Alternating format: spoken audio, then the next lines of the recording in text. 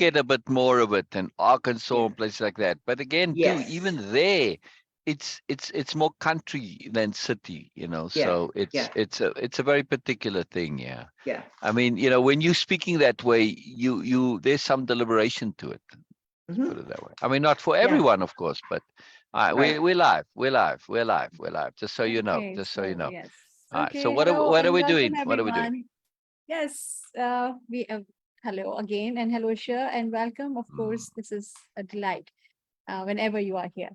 yes. And Thank we are you. hoping to see, of course, our regular participants, Ramzi, Norma, and Cheryl, and whoever, of course, everybody is welcome.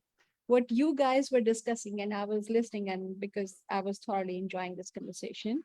So, the really interesting point was about hope. And I Mm. was thinking that, okay, sometimes, in fact, like many times, we just take for granted some words and use it very casually, like, okay, oh yes, okay, Yes. I'm hopeful, or yes, it is the situation is hopeless or hopeful. And I was thinking about that because hope is having this anticipation with pleasure, with Mm, trust. Hmm. And if we just go a bit, just like a bit of detail, and be just remind ourselves that what actually we are doing, it becomes a deliberate choice. So hope is not something like, oh yes, yeah, I'm just hopeful. No, now it's a deliberate choice because I am anticipating something with trust and pleasure. Then this process yes. becomes so pleasureful and could be play for us. In any situation, when we are hopeful, if we choose it deliberately, then it becomes a play because it is a process filled with pleasure and trust. Yeah. So Yeah. thank you so much for bringing this in, Shah, and of course, Sil. You guys were discussing, and I was just thinking about that. That okay, wow, what a wonderful conversation. Because yes, Yes, love it, yes, yes. Did love it. did you did So you did you put in the airfoils to make it adjusted? No. Yes, I did. Oh, that's brilliant. Then you don't get that nosedive. You know, making thank you. paper planes is, if you really get into it, it's super fun because there's a lot of skill. Even with regular paper, you know, you can put in the adjustments to make it fly and everything. It's too fun. Yeah. It's too fun. Yeah. So See who is I'm gonna. playing here. Who Yeah. are children here? Oh, You plays good. guys All can right. see that So, they both are so playing. I was talking, and they play. were just flying. They are Yeah, play beautiful, is important. Play beautiful. is important. All right. So, sure. Do you remember how to take a sheet of paper and make a water bomb from it? No, I don't. Oh, Oh, all you're right. gonna. Do you have a piece of paper? Oh yeah, just a printer paper, regular printer paper, and you fold it and you tuck it in, and then it makes a little bomb like this, and it's got a little hole on the top, and you can fill it with water, and you can make a nice water bomb with it. It's fantastic. But the reason I mention this is because if you go that process halfway, and then it makes basically a nice nose for the plane, right? It's a little condensed folded up piece, and then Okay. you have the rest come out of that. Anyway, I'll have to show you some point to make it. But Ah, anyway, if you wonderful, knew, then it would have been easy to illustrate. We wonderful, used wonderful. to. I had bought CJ at one Yeah. point a book on making paper airplanes. Um, Oh, brilliant. Well, then yeah, it'll probably be in there. Then it'll probably be in there. yeah. I'll have to So check it I out. He might still have it. absolutely. Yeah, I absolutely recommend this. It's a very good skill to have. So please, Bina, will you see who's arrived if you can, Yes. So and greet them appropriately, as you always do. But you'll see why I say that. Oh, I was going to say it. That almost sounded like a directive. Oh, oh no, no, no. You'll click in a moment when you see who said hello first. Who said hello first? Well, it doesn't matter either way. Who said hello there in chat? Can you see Bina? Oh, she might have dropped off. yes, Norma And who else? and Ramsey, of course. But Norma And says hello who? too. And who? And who else? And Ramsey. And who else? Ramzi Najah. Ramsey. Yeah. Can't just say and Ramsey. No, you can't just say it normally. No, sorry, that doesn't work. That doesn't work. That's why I was teasing a bit. That's why I was waiting for Peanut to say Ramsey, but wow. All right. I tried, Ramsey. I tried, but anyway. So just more play. And Norma, we can say that too, or Norma. We can, either way works for Norma. Yeah. Hello, Norma. Or Norma, as they say it in some places. Well, maybe not quite as rough as that, but Norma did say in some places that they don't say, they pronounce the R, Norma, as opposed to Norma, which is without the R, like Noma. I nailed it. It sailed across the room. Let's see the plane. Let's see it. Okay, We gotta get a close up. I had to go get it. Okay, here it is. Okay. This is the wait, that's upside down. There it is. Oh, that's, yeah. Oh, very nice. But you see, that Rewind. other way, it shortened the paper and made for wider wings. Those that don't Yes. have much air wing space, right? So when you Yes. make it differently, you get these wide wings and a little narrow, small. Yeah, and then I found those. just... Yeah. Okay, ready? Yeah. Yeah, there it went. Did you get him in the ear? No, actually, he was standing with his legs straddled, and it just sailed right up underneath his legs between it and Oh, perfect. So, Perfect. yeah. Perfect. So we're on a very important topic here for anybody watching. Not paper planes, but play. And becoming a child again, right? It comes up in this part of the chapter. It's a very, very important point, yes?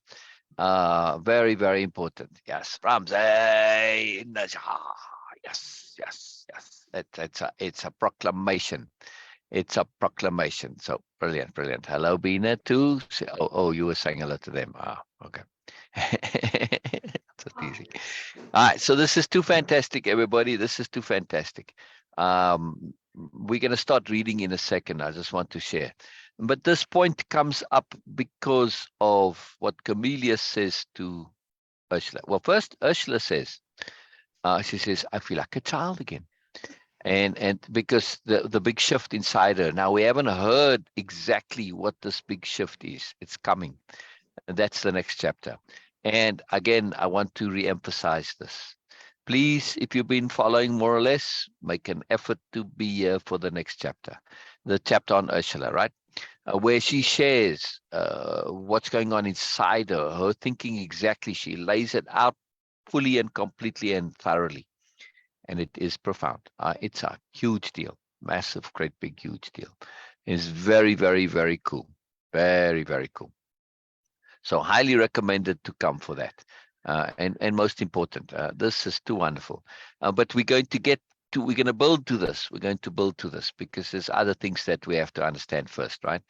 And no, so this is the story, how it is. Things don't just go right away to it. They've got to build. You've got to lay the foundations. And that laying the foundations is one of the reasons why patience is so important. Yeah. Well, I mean, if you're building a house and you don't do your foundations properly, you can ask Ryan. Ryan literally was in this business of well, actually, they didn't even, well, sometimes they did the foundations from start. But the business that he was in, interestingly enough, was the business of repairing foundations for the most part. Because people didn't do it right. So they had to go and fix it because the house started, sinking, and then the wall, and then it pulls the roof askew, and it's just a horrible, great, big, very expensive mess. Now, obviously, this is like, well, when it comes to houses.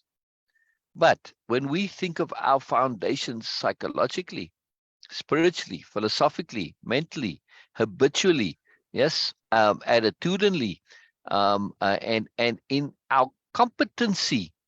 Why is it that most people are not competent in general? And I don't mean competent in a particular field. Why they don't have competency itself as a skill? Because they never bothered to get their foundation set. Yeah. You can see this in simple things like math and reading, right? So it's very important to get your foundation set. And if you don't have patience, you're never going to get past that foundation part, because you're so keen and eager to get to the next thing that you just, or whatever, and you rush to the thing that's the exciting part, and you skip over the foundations, right? So very important to make sure we get those foundations right. Super critical, super critical. Yeah. There we go. All right, I'm nearly finished with all the saving and sharing and all that. But I just want to mention this, right? So two things. Habitually, yes, attitudinally.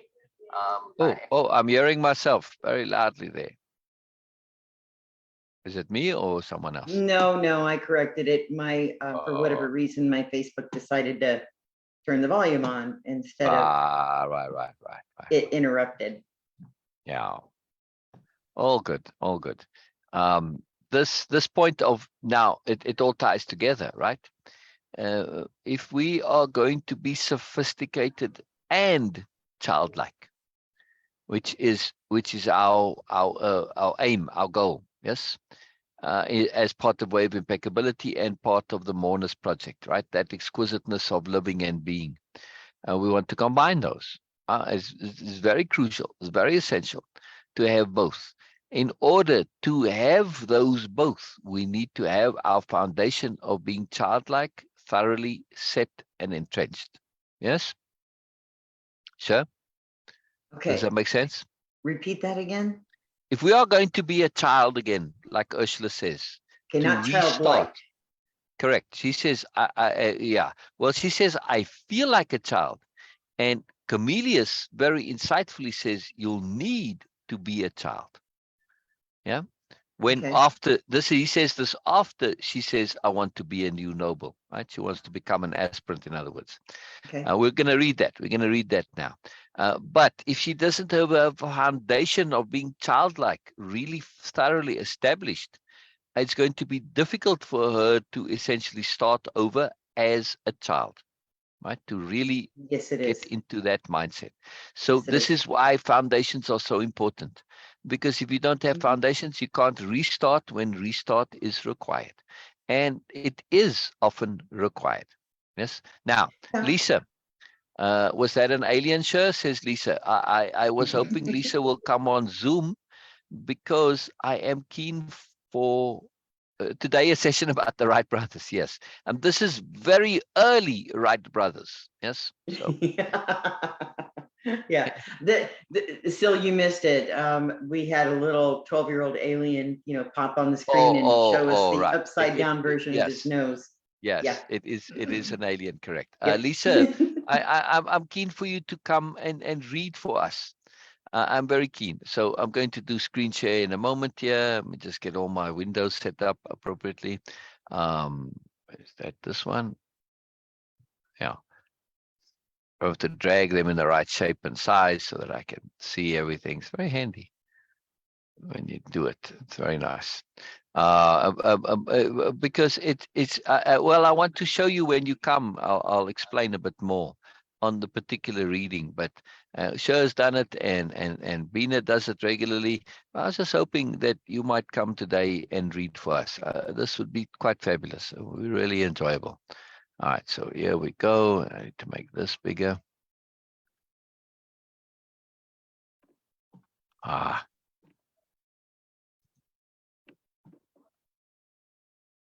getting there, people. We're getting there. All right. I can screen share now. Go to the beginning. So what we do in the week now is we go over the reading. I'm going to skip the quote. Yes, Lisa. Yes, Lisa, I believe. Is that right? Wait. It is. Brilliant. All right. Wonderful. Bina, do you have any suggested hints and tips and thoughts and ideas for capital R reading, and that might help Lisa, because that's what we're asking you to do, Lisa. is not just to read for us to hear the story here. No, no, no, that we can do, that's easy enough to do, right? So it's not a dramatic reading, which is nice, but it's you going to be reading purely, you're going to read out loud, but you're going to be reading and essentially going to be listening inside yourself, because you're going to be reading with the intent to share implications that come up, first of all. Secondly, connections. Thirdly, takeaways, right? And understandings. And those come up takeaways too. That might be random leaps of logic, doesn't matter, intuitive, right? But first we're going to look at the implications, the layers, in other words, right? So now you're reading with a very different intent. Yes, you're going to read out loud, or we're going to hear this, but we're reading to hear you share those implications, those layers, those connections, those takeaways. Yeah? Make sense, Lisa? Hello, hello. Sorry, we didn't. None of us said hello. We rude as crazy. Sorry. Hello, Lisa. Hi, everybody. Good morning. Good morning. Hello. Good morning. Good morning, Lisa. Yes. Good morning, Okay. Lisa. Okay, Yeah. I'll try to do that. So Please. Again, it's not that easy to do, and I am asking you to jump into the fire here. But Sher and Bina, they don't know it yet, but they are going to be assisting here. So they are going to read along and jump in when they have things come up in their brain. So they're going to be interrupting you, in other words, because this is a capital R reading where interruption is part of the deal. And you can interrupt yourself, of course, too, right? Like very regularly, right? I mean, we may even not get very far. We might say Biella expanded. Really? Biella got bigger? On the previous point. Yeah, okay. Duh. Right. See my story point? interrupt us. Exactly. Literarious interruptus. We got to make it sound fancy. Yeah. So when do we start? Are we starting or are you? Yep. Okay. Yep. Right All now. right. Okay. Here we go. The delegates, Comelius. Biella expanded. The new nobility take great care not to generalize. It's why there are no formal rules laid down. The situation always dictates. There will be times when no matter what we do or don't do, there will be consequence. And of course, non-action can be just as influential as action. When we're aware of the consequences of both ahead of time, we have to choose. Does that not grab you? That there are consequences of non-action? Absolutely. Well, and the line about when you're aware Exactly. of the consequences. In other words, Exactly.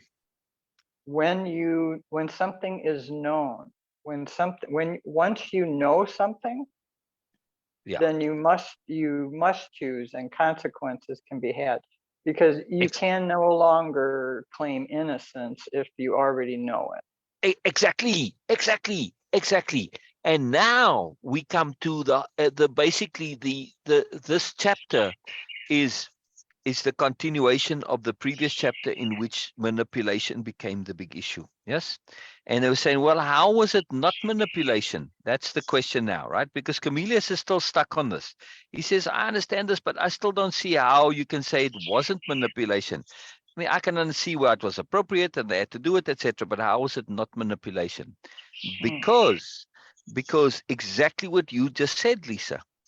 Because if you see the consequences of non-action, you are choosing to not act. If you are choosing to not act, you are choosing a particular consequence. Correct. Which means if you choose that consequence and the consequence comes about, then you could say that's manipulation, right? But if you didn't have a choice and you had to make a choice, right? You didn't have a choice in choosing because you were aware. Now it changes the whole story, right? Because manipulation is doing something with a specific intent and an agenda involved. Yeah. If you can't avoid that, it's somewhat impossible to not manipulate, right? No, you know what? I'm a little fuzzy on that. Maybe you could extrapolate a little bit. All right. So let's get into it a little bit more. Yeah, it is a fuzzy point, but it's a huge point and a very big deal. When we say manipulation, what do we typically mean? We mean somebody is forcing us to do something for their own purposes and reasons. Yes. And forcing in the sense not with physical force, but through argument, persuasion, ideas, whatever, right? And maybe information, many ways we can do this. But the end result is that we end up doing things that we didn't necessarily want to do, and we feel manipulated. Yes? Yes.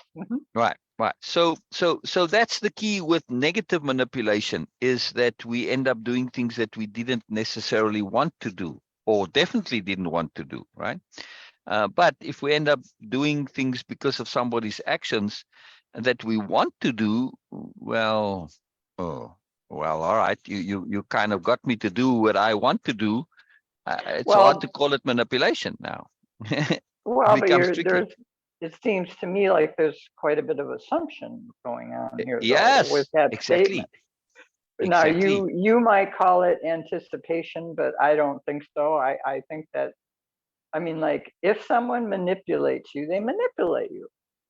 I mean, if the purpose in that person's mind was good or bad, that's a judgment. We shouldn't call anything good or bad. Manipulation is manipulation. Exactly. Now, it all depends on why you are doing it precisely. And Ethical. This is the exactly. Yeah, but that is treating somebody like a child. Right. Well, it depends on the circumstance. If you don't have a choice, then what? Because then there's no need to, if there's no choice, there's no need to manipulate, because what choice is there? But well, the choice is non-action.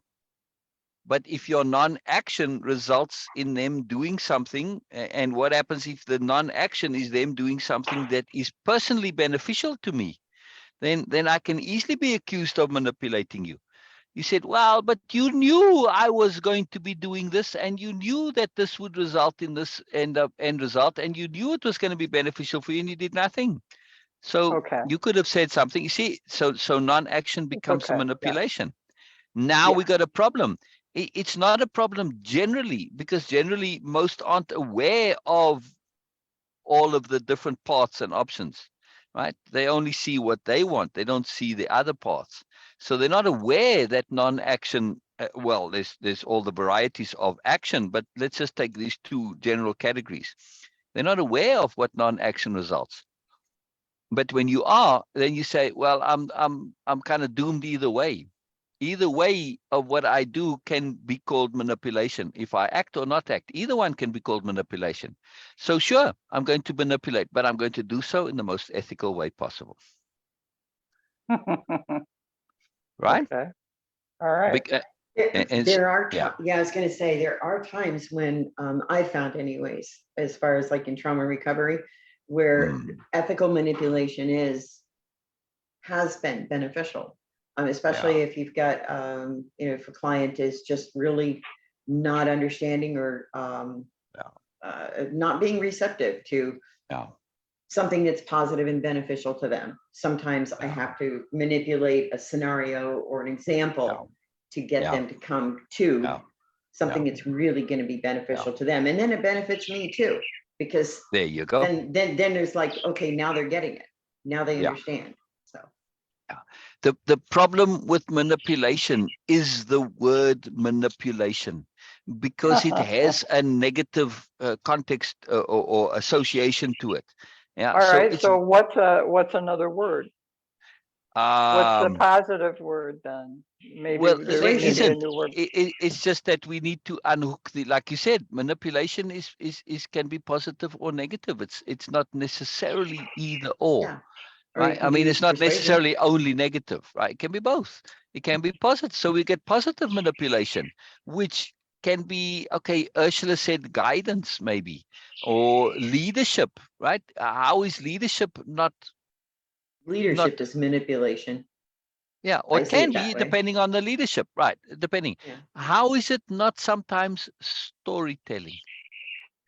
Tell me what storyteller, at least a good storyteller, is not making an effort to manipulate you.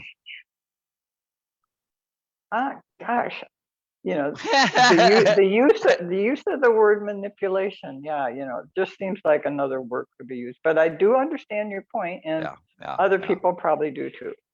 Right. Okay. Good. I So mean, it's it's just a fun. matter of, I Yeah. think another way of saying it is if there's a sense that someone's not acting responsibly, Exactly. like So if right. if they're able to respond, but they're choosing not to. Right.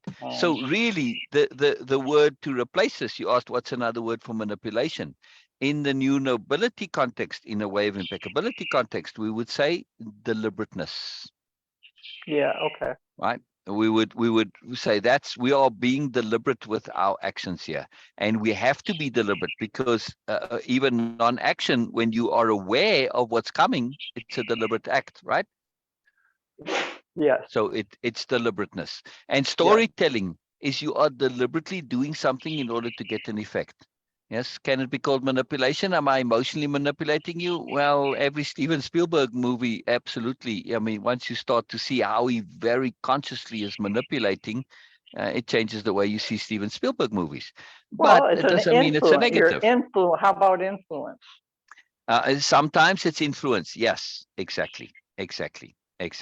Absolutely. Okay. And sometimes if you do this in the most ethical way, you will present choice, not influence, because influence you don't have much choice with, but choice you do. So from a new nobility point of view, they will make every effort to present choice. Yeah. Now, in the example given here, they reduced choice because choice was causing the problem. So it was a very peculiar situation for them, which is what made it so special and memorable. So You mean the choice? Are you referring to the choice of the word agglomerate? Well, agglomeration, right? Agglomeration. Right. Well, they didn't really give the way he did that when he presented the choice. He said the motion is passed because he first said, I forget his exact words, but why? Oh, he said, why don't we just call it the agglomeration, which he presented in kind of in a way you could say, well, he's making a motion, right? And so then he said, when everybody said, yeah, let's just do that sarcastically, and he said, oh, the motion is carried, right? This is like classic manipulation, but it was for a good reason. So yes, there was manipulation, but it was ethical because there was no other choice, right? The non-action was disaster, collapse, years, decades worth of work going down the drain, future decades being ruined, so it was necessary. So yeah, it was a very interesting situation. So yeah, it was out and out manipulation in one sense, but in another not, which makes it so fun, right? Which makes it a very cool story. Yep, it is a cool story. And it brings this point up that when is manipulation? When is it guidance? When is it influence? When is it deliberate choice? When is it providing more options, right? Very powerful. Very, very powerful. And like with children, when do how often isn't it appropriate to manipulate your children? Well, of course. Mm-hmm. Right. I find there's a lot of manipulation that goes on. Both ways. Both ways, exactly. Both ways. Exactly. Yep. Yeah. I mean, I'm going to have to say it pretty much occurs on a daily basis here. Yeah. So, Yeah. but not in a negative aspect. Yeah. Good. There's ways that I have to, I have to come up with interesting ways to get him to get things done, do your room, do your chores. Yeah. Now, Norma brings up a nice potential word, persuasion. Yeah. We both said that earlier. Okay, there you go. That works. Yeah. And in the context of the new nobility and way of impeccability, for me, when we look at application as our end point that we always want to come to, that's very important for us. We say, when it comes to application and me doing things, because that's I want to learn to do, I want to build up my personal competency, my abilities of being, which is my ability to, for instance, be patient, since patience came up earlier. Right, in terms of playing games, we need patience. This is like number one rule. Right. So I said, oh, wait a second. Maybe I can use manipulation on myself. Self-persuasion, deliberate action, self-leverage. This is where self-leverage is this term, because self-leverage is just a way of manipulating yourself. It's very powerful. Right? Remember, sure, at one point you struggled with what self-leverage was. Yes. Think of it as self-manipulation. Okay. Deliberate self-manipulation, where you're doing this because, well, I got stupid sides in me and they don't listen to reason. I ask them nicely, be patient, and they don't want to be patient. I say, well, if you're impatient, that means you're actually arrogant. Oh my God, I can't be arrogant. Yeah, that's true. Oh my God, I can't be arrogant. What did I just do? I just manipulated my ego self into being patient, because now I said, well, if you're impatient, you're arrogant. Fantastic manipulation. And it's true. Anytime I hear the word impatient or, tell myself I need to be patient, and it's like, if not, you're just going to be arrogant, and it works every single time. It's fantastic. Exactly. It's association management, but it's another way of saying manipulation, right? Self-manipulation, self-leverage. Yeah. Very useful. So when we look at this, why this story is being, in there, and why Biella shares it, because it's a foundational story for the new nobility. There are a couple of them that make a difference, because so much comes from it, right? And this whole discussion on manipulation led to tons of stuff. Look at us now, just really quickly, we're coming to it, right? We're coming to very key mechanisms that are useful and valuable, like self-leverage, right? Very, very powerful. And the awareness of non-action. Right? The consequence of non-action. It's a very key awareness to keep in mind, right? We always think, what should I do? But we don't think, what happens if I don't do? Critical question in self-development. Critical question. Yes, Lisa, what do you think? Bina, what do you think? Yes, for me, this whole topic about manipulation, again, words, so important for me, because I feel that they are alive, they are entities, and they do actually share energy. So yes, I can understand and feel that concern of Lisa, the manipulation. And I was thinking about this, that what can we call it like positively re-engineering, or positive re-engineering of the situation? Oh, positive re-engineering. Yes. I love that. Or I like just that. re-engineering. That's pretty cool. I love that. Re-engineering as a general term. Yes. Wow. Brilliant, Bina. Brilliant. Yeah, very cool. Yes, this is something I just think that, okay, if we change that, then we will change the association. Exactly. So terminology is very important. That's why I use self-leverage or leverage. We can leverage someone, right? Which you can say is a manipulation. Well, yeah, but you enhancing whatever's going on as a leverage, right? So it was already there. But and we can engineer, re-engineer. Yes. This is rethinking, is providing more choice. So terminology is ridiculously important, which is why the specific topic came up on the specific word manipulation, because it's such a vague term and such a broad term, and there are so many substitutes that are context situationally more appropriate. It's very important to start looking, like Lisa said. You asked a very powerful question, Lisa. See, it came up in it. What other word can we use? And look at what came from your question, Lisa. See why I wanted you to read, Lisa? You see the magic that's coming? Yes. I'm taking full credit for my genius here. Thank you very much. So I wanted Lisa to read. You're welcome. Absolutely.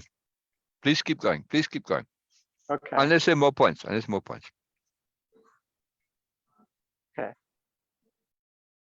The new nobility don't have a code of ethics as such, yet any who know us and have studied us No, we can be regarded as ethical to a fault. However, Now that sorry. No, I'm just keen to go ahead. comment there real quick. Right, we don't have a code of ethics. In other words, written down. Say you got to do this, you got to do this, you got to do this. Why not? Because it's inherent, I guess. There you go. There you go. Exactly. And also, and not only is it inherent in each particular new noble, and it will become so for each aspirant over time, but how does it come to be inherent? That's the question. You weren't born with it. You aren't born into this new nobility. You join. There's no hereditary involved here. You have to join this. Through So deliberate choices that we make. exactly. And through awareness, discernment, and understanding, right? So they're working it out each time fresh. You're not trusting that there's this code. Oh, I've got to just follow this. No. You are being ethical because it makes sense to you. You've calculated the need for the ethics, the desire to be ethical. This is part of why you are there, why you are an aspirant, because you wish to be ethical. The only way you can be ethical truly is if you do it from internally. Ethics is the very thing that you cannot write down and have a code of ethics. It's counterproductive. It doesn't make any sense because now you're just following rules and being obedient. Ethics is about pure, deep, conscious, full awareness choice. Can't be ethical in any other way. If you're following somebody's rules of ethics, you aren't actually being ethical. You're just following the rules. Right? There's no deliberate choice involved. So it has to be that way. They cannot write it down. They cannot. It's an oxymoronic thing. Yeah. Jordan says, Jordan M. Brown. Brilliant. Hello, Jordan. I'm glad you said hello. I'm glad you've joined us. Wonderful, Jordan. Wonderful. New person to come join us. This is wonderful. Yes, it is. Lisa or Sher, whoever can, or sorry, Bina. Since Lisa's reading, we'll try and spread out the reading here. If you can read Ramsey's comments there, Ramsey makes a couple of nice comments. So. Norma says hello, Jordan. Yes, thank you for saying hello, to Bina. Wonderful. I'm glad to hear, Jordan. Really, I'm really thrilled to hear. So please jump in anytime. As you'll see how the discussion goes. Yeah, it can be on anything. We jump around. So Ramsey made some cool comments there. Can you read, Bina, there where it says, I believe? That's the last one that we haven't dealt with yet. Okay, just a minute.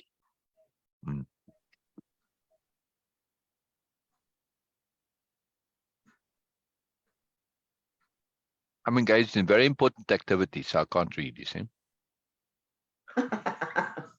Matters of consequence. Priorities. Exactly. Yeah, Matter of consequence. So The Ramsey matters says, of consequence comes from, sorry, I just want to elaborate on that. We did a yes. capital R reading of The Little Prince, Bina, Janet, and I. And in The Little Prince, he goes from planet to planet, right? All these little tiny planets with one person on them. And they're all involved in, they call it matters of consequence. And of course, there's complete nonsense that they're involved in, right? But that's why we have fun with this. It's a very cool term. Yes. You can look it up, Yes. The Little Prince, matters of consequence. It's just a fun connection there. So my Exactly. matters of consequence is cornflakes with bananas that I'm eating. So very cool. Yes. And before they were playing with planes, so you guys can understand that how actually serious this matter of consequence is. Exactly. For us. Anyway, Exactly. okay. So Ramsey says, I believe everything in life is a sort of manipulation in a way or another, whether dealing with people, events, or own actions. We all need to bind reality in our favor. Yes. Very interesting point. Yes. Very interesting point. Lisa, I see why I was so keen for Lisa to read about manipulation, right? Because Lisa, you have such a beautiful heart, and manipulation is something that presses on your goodness.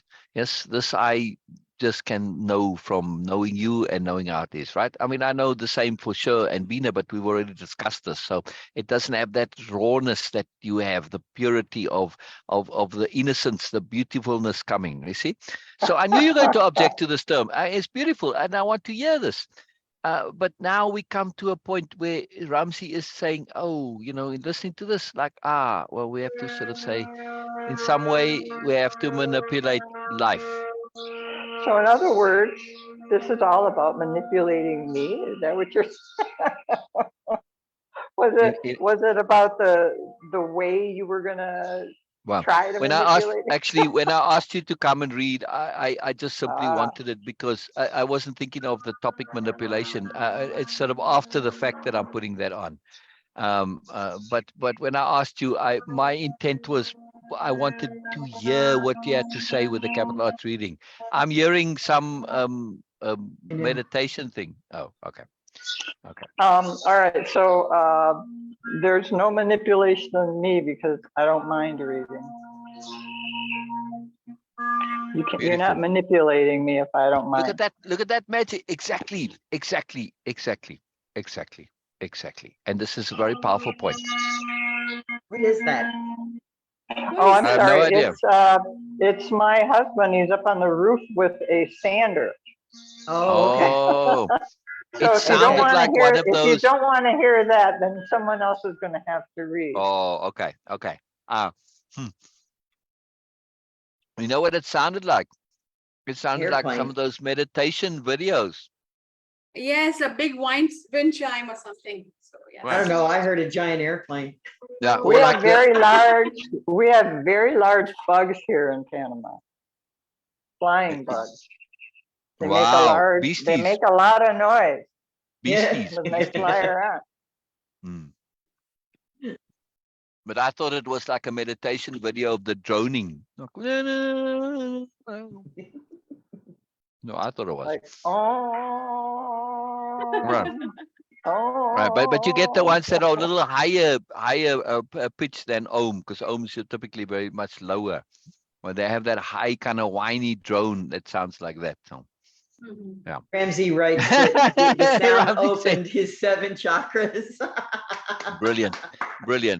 We all responded differently. And the key point that Lisa so beautifully makes, right? If you stop the video at this point, we've had lots of things that have coming up with being a child, being childlike, the difference, sophistication, starting over, and then we came to manipulation and synonyms for manipulation, and persuasiveness, influence, guidance, etc. Choice, deliberateness. But if you take away one thing, take away Lisa's comment. That's the summation here, where Lisa says, I cannot be manipulated if I choose. That's right. Well, and that's what happened, right? With the agglomeration. Exactly. They just said, okay. Exactly. So there's no manipulation. Precisely. They did have choice. They could have objected, but they didn't. They didn't. Oh, exactly. Now the new nobles were very crafty. They minimized the time for objections. But if somebody seriously had wanted to object, they could have. They were trying to avoid people objecting simply out of frustration and spite and negativity and being important, because that happens sometimes, that people can sabotage the world for their personal gain, personal idiotic reasons. It doesn't make any sense, but it can happen. So they knew this, and they minimized the chances of that. But for the most part, most of they say, "Oh, thank you! Wow, you saved the thing." So that actually, it happened to me once in a very powerful way. Let's hear. It was a business situation, and when I used to work for the city of Sedona, I was in a meeting of department heads because I ran the technology department there, and the chief of police was, I got wind before the meeting that he wanted my department to take over the phone system, which, we were busy enough as it was, but I heard through the grapevine that he wanted it, and he was ready for this big fight about it, like I was. And when he brought it up at the meeting, I just said, okay. And after the meet, and the look on his face was precious, you know. And then after the meeting, my boss just was Brilliant. laughing, just saying, "Oh, Brilliant. I love the way." Brilliant. Brilliant. Brilliant. Strategy. Strategy. You know, where I've used this in a different way when I had to deal with bureaucrats. And you go and you know you haven't got the form filled in right. You haven't done all the things that you've done. And you know, if you're going to go hand that form to the bureaucrat, they're going to just dump on you and scold you and give you a hard time for not doing it right. So you be preemptive. Oh, I'm really sorry. I couldn't do this right. And you give you a whole long story why you couldn't do it right, which is a genuine story, which is why you couldn't do it right. Oh, sorry, dear, never mind. I'll help you with it. And it's okay. We can let this go. And then they help you do it fantastically, right? But you just got to get on their right side. So be preemptive, because if you just hand it in, then they default to scold mode and then it's all lost. But if you give them that opportunity for their niceness, their moreness, their kindness, their generosity to come out, they jump on the opportunity and they help you. I've had fantastic, incredible help from bureaucrats. And I've had bureaucrats profoundly break the rules to benefit and help me. Quite a magical thing. The world does not work the way we think it does.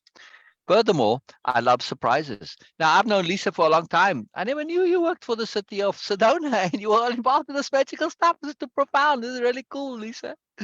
Well, this, you know. Yes, we were involved in other pursuits. Too magical.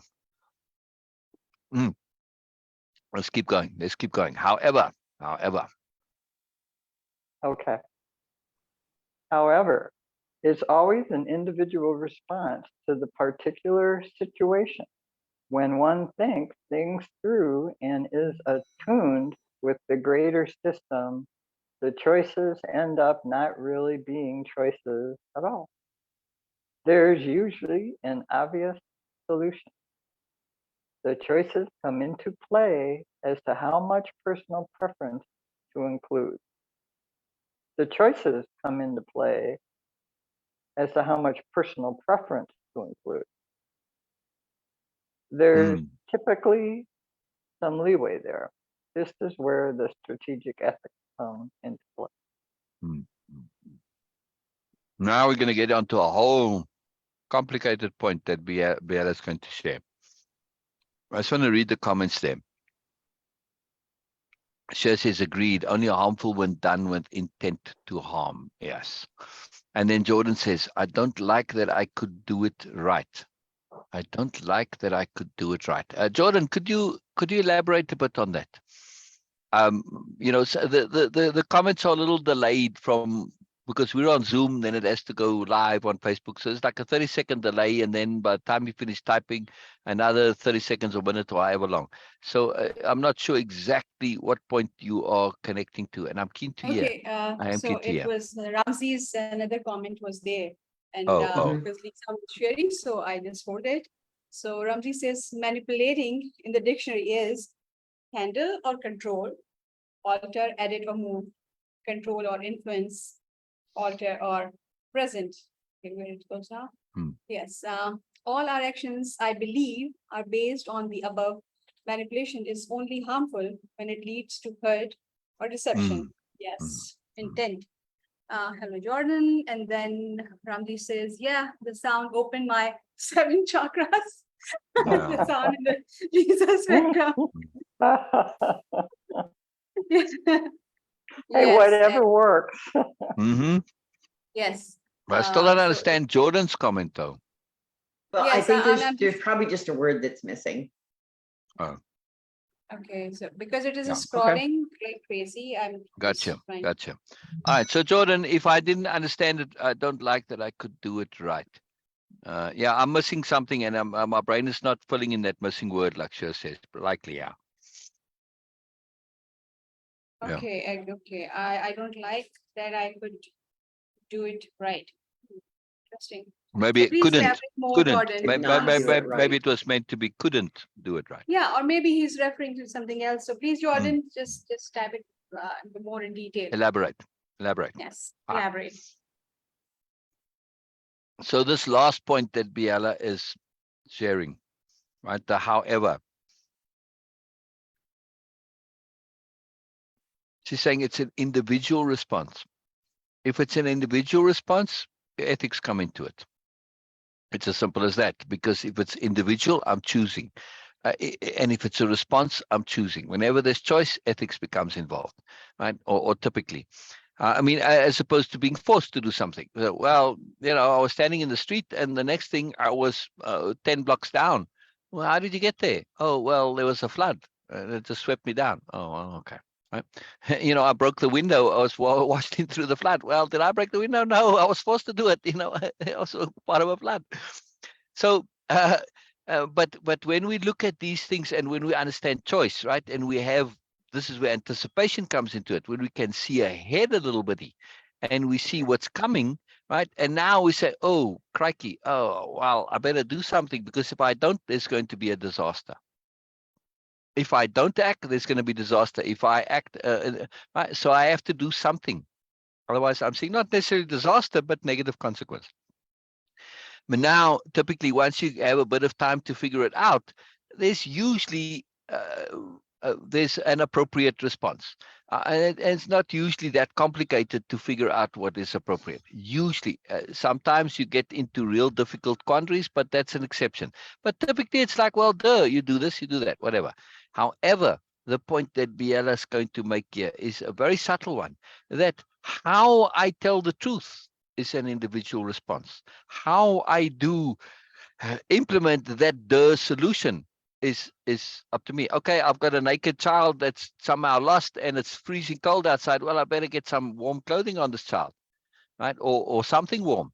That's an individual choice. I can put them in very fancy clothing. I can put them in clothing. Okay, it's a little girl. I put them in boys' clothing, and maybe I get scolded for this. But who cares? The kid it was my choice. This was what was on hand, so I'm taking the first and nearest thing. Tough luck on your other nonsense, right?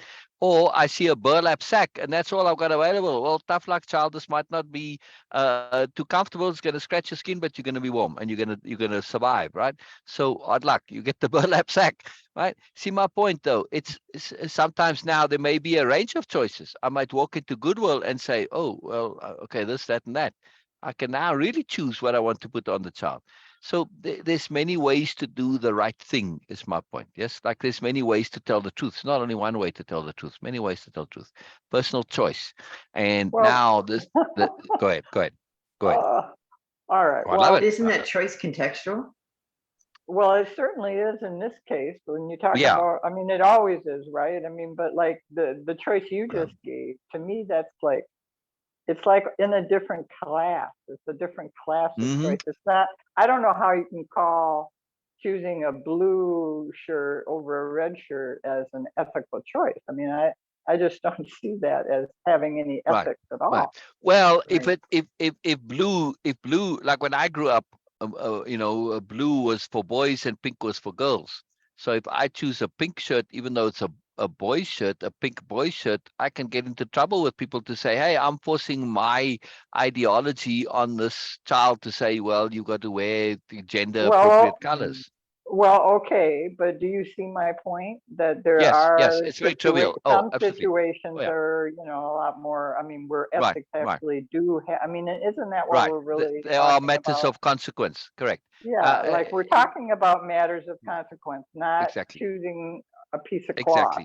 Exactly. But some people make trivial things into matters of consequence. Yeah, and the reason I chose consequence.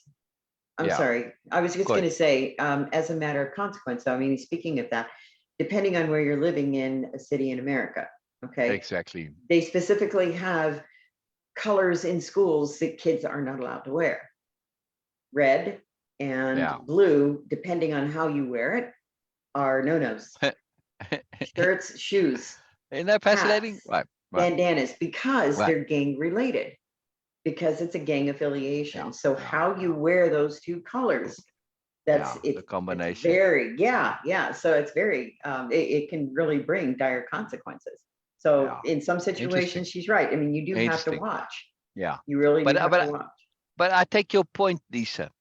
In this case, we're now getting into the moreness, but I was using a trivial example because I was trying to avoid the complexities, because I want to just understand it in its abstract. So I was trying to pick an example that didn't have matters of consequence, but it turns out it does have some, but only in particular things. So I was deliberately trying to pick a non-consequential one, because I wanted to avoid us getting into the discussion of the potential consequences of when it really does matter. Yes. But you're right. For the most Well- part, and that's the point. For the most part, it doesn't matter. Your personal choice doesn't matter generally. You're quite right. Right, but that's not what we're really discussing, right? I mean, Correct, we're correct, talking about correct. things that do matter, Correct. But right? also, I mean, right. Also, Biella wants to make the choice that saying when it comes to ethics, this is your personal decision and it is about things that matter. However, how you resolve your ethical conundrum, that's typically inconsequential. So in other words, the ethical choice was, do I take charge of this child in the street that suddenly appeared here, and obviously nobody's looking. The child is literally freezing your ground. There's nobody. It's shivering like crazy. You need to do something now. So this is your ethical choice. Now maybe you've got a bit of leeway and you could leave it. There's other people, they could maybe take care of her, right? So that's a bit of, it's not, sometimes ethical choices don't really give us much time to act on it, right? Like right. somebody's Well, there are drowning you. some. Well, yeah, Right. that's a highly, highly, highly ethical situation, right? Right. Where Right. some things are so, you know, there's grades yeah. from super high to super trivial. Exactly. But I was, sort of trying to make the point that regardless of how much ethical pressure there is, like somebody's drowning and you got to throw them the life preserver, right? Okay, well, there's not much choice there. This is a direct consequence. With a child, let's just say the child is just cold, just not on close to death. I don't have to do anything. It's like, it's not my child. I'm assuming it's somebody's child, and it's like, not my responsibility. I could let it go, right? Sometimes it's very vague in this. Okay, you could say, what about, giving aid and assistance, charity to some people? Right. Becomes Yeah, very 'cause nebulous, everybody the choices. handles that in a personal Right. manner. Exactly. But Right. there's, so Biella's making the point that the ethical choice is one thing, and how you then choose to implement or react or follow up on your ethical choice, then now it becomes very personal. And just to be Right. aware that the ethics and the personal choice of how you fulfill your ethics are two different things. That's the Right. point Like she's I making. have the example you just gave about, you know, whether you help a child or whether you give Right. charity or not. You know, I have my own little ethical thing, and it you know, in a way, I mean, my husband kind of laughs at me about, not laugh, but like, okay, so like Yeah. if where I live, there's a lot of poverty, and Yes. a lot of times I'm somewhere in town, and almost every time I go to town, you know, there is a situation where, you know, someone's requesting charity of one kind or Yeah. another, Yeah. and Yeah. you know, my personal choice Yeah.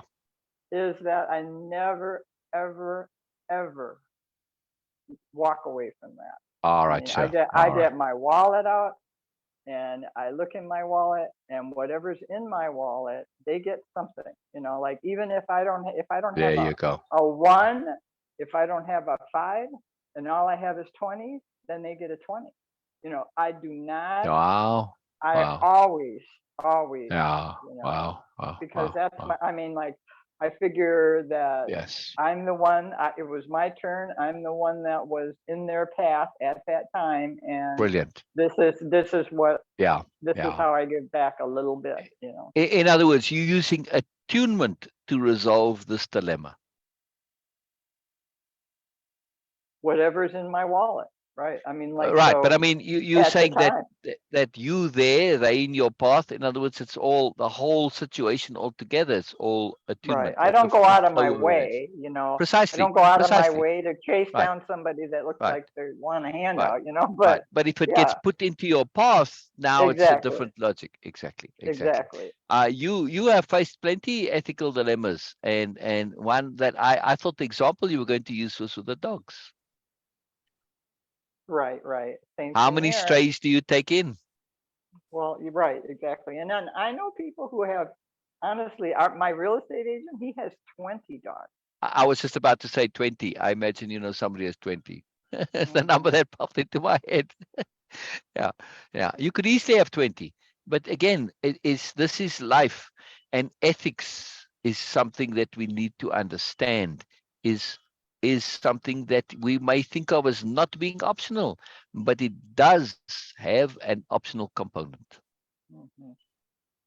It's very important. Yeah. So there's a double layer to what Biella is saying. She's saying first you get the ethical choice, then how you fulfill that choice, this is up to you. You take in the stray dogs, you could feed them the minimum, you could spoil them, that's up to you, personal choice, right? But also when it comes to the ethical choice itself, sometimes there is some choice to it. Well, Yeah. and that also, I think, brings up that with choice and with ethics, there is a the choices available to you. They're on a gradation, right? I mean, Exactly. some of those Exactly. choices are better than other choices. And so, Exactly. you know, as Exactly. in order to grow, Yeah. you know, it's like Yeah. perhaps to be ethical, it's like Yeah. to do your best to Yeah. feel through to choose the better choice in the situation, Exactly. the one that's Exactly. going to increase your I always use vibration and energy, you know, like one There that's you going to go. increase Yeah. your frequency, increase Right. your Right. Right. Your vibration, you moreness. know, and Yeah. not that I do that, but I'm just saying Yeah. that that's Yeah. how I Yeah. would No, look at it. I love the conception. That's a very good way of thinking of it. Also, when with ethics, why it's such a huge topic. Ethics is all about consequence. Ethics in particular necessitates thinking things through to the very end. If you don't, you're going to really get into trouble. If you Or look at attuning. I mean, you don't have exactly, time in the moment to exactly, like sit there and exactly, right, analyze right, everything. right, exactly. So first of all, it necessitates thinking it through to the end. If you are unable to do that, you need some other mechanism to decide, which is attunement, precisely. This is how we resolve the dilemma of time and pressure when it comes to decisions through attunement, precisely, precisely. But, you know, when you look at, we brought up charity, and I've mentioned this example many times. Go and look up NGO charity philosophy, the evolution of it, and how many of these NGOs, massive, huge, great big organizations, billions sometimes of dollars, and how they caused more problems because of the charity not easing it, right? And Right. how many of those people involved sadly ended up committing suicide as a result, because they came to realize they devoted their whole lives to doing good and they made it worse. A very sad situation. So ethics is complicated. That's why it's such a favorite topic for the new nobility, because they don't want to just leave it and say, yeah, That's a it's too good quote. complicated. Ethics Yeah, is complicated. ethics is complicated. That's a fine, noble quote. Yes, it is. Yeah. And The reason I say I'm it's a afraid. fine, noble quote is because he Mhm. makes these short, very, that's why it's called Fine. His name is Fine. Fine, and his last Oh, name is Noble. Yeah. all So right. he's a character in the story, right? And you see, look at the on the screen there, right? Look at the one above it, right? Yeah. You're aware of this. You're aware of this. How poverty is expensive. You see, so you see, overwhelm is the bane of hope. But all these very short, condensed quotes that lead to moreness. That's kind of his style. You see, so I attribute these to him. More longer, drawn out ones, and that's, you know, depending. But you know, they all get attributed. So this is my big Okay. Biella series quote file. Anyway, but that's a good quote. Okay. Ethics is I'll be complicated. back in about 5 minutes. Sorry. No problem, no problem. Bina and I will waste time in the meantime. Right, Bina? We will try. We Yes, will try. we We are will expert try. in this. We are expert in this. Yes, yes, yeah. Yes. So I had to go, unfortunately, and that's a pity. I'm still, Jordan, you're still going to have to satisfy me. I have a peculiar part of my psychology, which is I can't leave things unresolved. And your quote is still unresolved for me. Because if I say I don't like that, I couldn't do it right. That doesn't work either. I don't like that I could do it right. I need to know more, Jordan. Please, please, please, please tell me more on this while we've got the break here. I need to know. I'm not resolved. I'm not resolved. So your comment has become a matter of consequence to me now, for real, for real. Yeah. So because of your and Cher's play today, I forgot to remind you of putting brain on. Yeah. Okay. And we will not have a summary. Well, So, no, that's not entirely true, because I do okay, have fallback options. So I'm not okay. recording either, if you might notice. Okay. So if I record, then grain comes on automatically, I think. I'm not sure, Okay. maybe. No, But you are nonetheless, doing that. I can download it afterwards and then go to grain and take the file that I've downloaded and say, please do a summary on this, which Oh, is what I perfect. did with Perfect. Sunday, because I forgot it on Sunday too. So I am able to do that. It's just a little extra work involved. But thank you for Okay. remembering, Okay. Bina. Thank you for remembering. So Yes. Okay. for those of you who are here regularly, remind me to both record and to start grain. Grain is what makes those nice summaries. If you look like Norma, you subscribe to my Substack, which means you get an email every day of the replay. And for any of you who want to do that, I think if you go to the top of the group, at the top, the description of this, you'll see under the description to read this chapter, there's a link, and then to subscribe at the bottom underneath the hashtags, I think it says to subscribe to Substack. So all that means is that you're going to get an email of with a video in it, the replay video, right? And there's a summary that goes with it. Yeah, I'll show you what I mean with a summary. It's very cool. It's very cool stuff, people. It's very cool stuff. Okay, I'm back. All right. Okay. Sorry, Okay. I'm just digressing a wee We tad get too here. immersed into wasting time, Lisa. Yeah, a little bit. I was saying but Lisa's the one that really got me to do this more. Because she said, oh, I love these summaries, because I was debating whether to do it. So you see, here's the program that I Those are use for great. this. Yeah, the summaries Right, are excellent. right. Yep. So Mhm. so this is, it's called Grain AI, and it copies it does a transcript. Right now, of course, there's a lot of grammar errors there, but then it kind of cleans it up and edits it, and it does this. And then I copy this. You see, copy notes, and then before I make the post in Substack, the blog post, in other words, which you get as a subscriber, you get in your email, then I clean it up a bit, and I capitalize things like appropriateness and stuff like that. I put it into Way-of-Impeccability style and so on. But it's really cool. It's just a cool thing to It be is. aware It's of. very, Yeah, it's really yeah. handy that it's Oh yeah, gotten so oh yeah. amazingly Right. accurate Exactly, over the years. exactly. And also, you see, it does these timestamps, which means that Mhm. if you click, you can say, oh, all right, well, at this time, where you see it says Camellia, this is Comelius. The Comelius explains the concept of probability and appropriateness and so on. Oh, let me go and see what Comelius says. And I go to 3439, right? So yeah, it's marvelously handy and wonderful. But Bina Well, was saying, I forgot uh-huh. to start grain. And that's what she was talking about while you were away. She was reminding me, but I can do it after the fact, which is also very handy. All right, so What's interesting about also about the text, the voice to text, is that it comes across often. The text comes across because it's less data faster than the words, and so you right. see the text come down even before you hear the voice That's right. That's right. saying it. Mhm. Yeah. So which doesn't make any sense. It's like, but how do they know ahead of time? Yeah. Yeah, Yeah. boy, that Yeah. AI is really getting It can smart. really anticipate. Yeah. Right. All right. So now we get into a little bit of layered nuance where Biela's sharing about the new nobility and how they do things. So please go ahead. Please go ahead. I'm loving this. I'm just loving this. Bina, have you any comments before we go? No, please continue. Beside, Please continue. yeah. Yes. Are you hearing the other noises now? Now somebody's cutting the lawn. So. No. On the Okay. noises, by the way, if you are on your computer, it doesn't work on the phone, but next to your audio button on the computer, there's a little up arrow, right? And then you click on that and you go to audio settings, and in audio settings, you can go and select the amount of noise reduction Noise. that you want. I'll And you shut can some set it windows. to maximum. Yeah. So I'll are do it you on your phone? manually. Are you on your I'll phone, do it Lisa? manually. Yeah, Okay. I am on my That phone. would. I shut the No, windows. That should help. we're not hearing anything right now, actually. No, but nothing.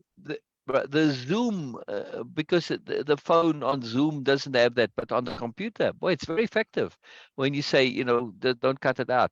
And then you can get, if you like me, well, I kind of got lucky on this one, but if you have a good headset that has really good noise reduction, listen to this. Wow. Do you hear anything? You heard nothing, first- right? I'm clapping as loud as I can, right in front of the microphone. Nothing. That's interesting. It's incredible. I It have is a because little. it's able to discern the difference between a voice and a noise. Exactly. I have a little alarm, a timer that I use when I'm cooking. So I like to share the cooking sometimes. So I was sharing with Bina, and I said, "Oh, there goes Chirpy. What are you talking about?" Chirpy was chirping. Oh yeah, I brought Chirpy right here next to the mic. Beep, beep, beep, beep, beep. Nothing. I couldn't share Chirpy's delightful sounds with Bina. So anyway, so yeah, Yeah. so in other words, I'm Noise saying for suppression is anybody very good. watching this, if you do lives, get a headset that truly has good noise reduction. They can be like 100%, like in this case. It only picks up my voice and nothing else. Yeah, it's marvelous. It's incredible. Yes, Norma, you must get the speaker for your big C. Norma, the speakers are, just look up computer speakers on Amazon. You'll have tons of them. They're not very expensive either. I mean, you can get nice speakers for like $20. So. Yeah, not a big deal to get. It will be very helpful, Norma. It will be very helpful. All right, we're listening to Lisa right now. Okay. Biella took a few deliberate breaths to extend the pause. The new nobility as a whole has few personal preferences. They tend to want whatever the situation demands, especially since they live responsibly. They live responsibly. Good. That's a good point. See how the universe just got you to say it 3 times there. This is the great emphasis. What does that mean to you, to live responsibly? Bina? Lisa? Spontaneous. Both. Well, I mean, in a Yes. way, it sounds like spontaneous, but it's not because No. it's right. Well, yeah, right. You're Yeah. being So the difference there, I mean, this is fantastic that spontaneous came up, because the difference between spontaneous is a reaction, but to respond means you are deliberately choosing your reaction. Oh, that's responding, right? But also there's an interactivity implied. You're not being forced or pressured. You're choosing. Yes. How is this possible, you might say? anticipation. Thank you. The power of that capital A term. Right? That's why it's called the A+ philosophy that underlies all this, because those A terms, it just happened to be that the A's have the bulk of the most important terms: appropriateness, awareness, attunement, application, anticipation, adventure, and appreciation. There are many of these 8 terms, but one of them is anticipation. Yes, looking ahead. When you can look ahead, you're able to respond rather than react. A classic example that I've used 100 times, but one that most of us can resonate with, right? You're sitting in class and you're doing whatever nonsense that you're supposed to be doing, or you're sitting in the office and, well, okay, you're on Facebook when you're supposed to be working. Yeah. Well, I'm glad you're here, people, but if you see the boss coming, what are you going to do? You're going to hit escape or Alt F4 to close the program, correct? Right? All right. But if you don't see the boss and the boss comes up behind you, by the way, if I ever worked in an office, I will never, ever have my back to the office space. No, other way around, right? Never. So, so I don't want people creeping up behind me. It doesn't mean I'm I'm not like doing things that that I'm too. supposed Yeah, to I do, but couldn't I just stand don't that. like it. Yep. Right. So I don't I want either. to. It's just unstrategic, right? Because it's not so much that I'm doing things that I shouldn't do, but because it removes the opportunity for me to see things coming and therefore to respond. Right. So let's assume I'm the ideal employee. and I'm always good. Yeah, and I am. But I see the boss coming at me with a scowl and a grumble, and I say, well, the boss is going to come and dump on me for whatever reason. I know I didn't do anything wrong, but for whatever reason, I can prepare for this. And so before the boss even gets to me, I can say, I'm sorry, whatever I did, I really didn't mean to do it. Oh, well, now you've already apologized, so now I can't scold you. You take the steam out of it, right? And maybe they're just doing it because they're having a bad day and they need to dump on somebody and I'm the most convenient and so on and so forth. Okay, so now I can get into all of that, capital H hearing. But nonetheless, when you can see the boss coming or the teacher coming or whoever, you can respond rather than react. Whenever you're reacting, then you have limited choices usually, right? This is the first thing that pops out of your mouth. And is that always the best thing? No, not necessarily, right? So dating, same thing, right? If you can see it coming, you can respond, right? Rather than first thing popping out of your mouth. So it's very, very important point here, the difference between reaction and response and being spontaneous. Now, can I be spontaneous and respond? Of course. I can have stuff come up in me spontaneous and I can still filter it. Just because it came up spontaneously, right? It doesn't mean I have to suppress it. It doesn't mean at the same time, just because it came up, if I want to be spontaneous, I have to let everything go through. No, I can filter it. I can let some go out and others not, whatever's appropriate, right? So we can be spontaneous and deliberate simultaneously. It's very powerful. It's very, very powerful. Yeah, go ahead. When we anticipate, we can look like we're being spontaneous, even when we're not. If you want to, precisely, you can do that too. Yes, you have many options. You have many options. You have many options. But we can certainly make more space for spontaneity. Because if I'm under pressure, nothing is coming up in me. Give me a few moments and something will come up and then I'll be spontaneous. Right? Like when we said, what are synonyms or what's another word for manipulation? It took a little while and then spontaneously things came up in people, right? So spontaneity requires some space to it, which we don't always think. We think spontaneity is a consequence of pressure. No, not necessarily, right? Don't have to be that way. So, but still, it's nice that you brought this up because it adds an extra layer to this point of living responsibly. But for the new nobility, there's more to this living responsibly because it's capital R, right? And live responsibly. It can even be hyphenated, right? Living responsibility. That would certainly be a conception in their dictionaries of power. Each one has their own individual one, because Well, I have a living question. responsibly is attunement. Go ahead. Sorry, I thought that you were That's already it. That's done. it. I'm done. That's it. Living responsibly is attunement. This is what So it is. yes, yes. So the clarification. I need a bit more illustration on spontaneous and reaction and response. So for me, Oh, because my understanding was that reactions are just are responses, of course, from external cueing. Okay, so we are just reacting for any cueing. Respond is something that, okay, we deliberately choose to how to respond to that right, cueing right. or any stimulation. Okay, so but spontaneous is something that it is happening on my own accord. I'm not actually following any external cueing or stimulation, and I'm Yes, just being yes. spontaneous. Is it right? Okay, Correct, that's it. correct. Now, it can be that Okay, that spontaneous is as a consequence of a cue. In other words, okay. that because now it just says that that something just popped out of me in the moment, and I didn't really plan it. That's the Mhm. difference. I didn't really plan it. So reactions, we don't really either plan to, but reactions tend to be a little bit more focused in their appropriateness, or at least hopefully, where spontaneous can be anything. And you're right, and they may come for no reason at all. Yes. So they have an extra field of understanding, whereas reactions are stimulus induced. Spontaneous could be, but not necessarily. Not necessary. Okay, thank you. And generally aren't. To be spontaneous, it just comes out of nowhere. Right. Yes. Okay. Or that it comes from the you. I mean, I think when we're Exactly. when someone's Exactly. super attuned, Exactly. then Exactly. spontaneity flows. And Exactly. like when Exactly. like Right. a lot of the best, to me, the best comedians, Right. like the one like the ones like the guys who like talk and Yeah. are hugely Yeah. funny. You know, they are spontaneous, you know, they're Correct. like, it just comes out, you know, and but then again, I'm sure there must be some anticipation in there.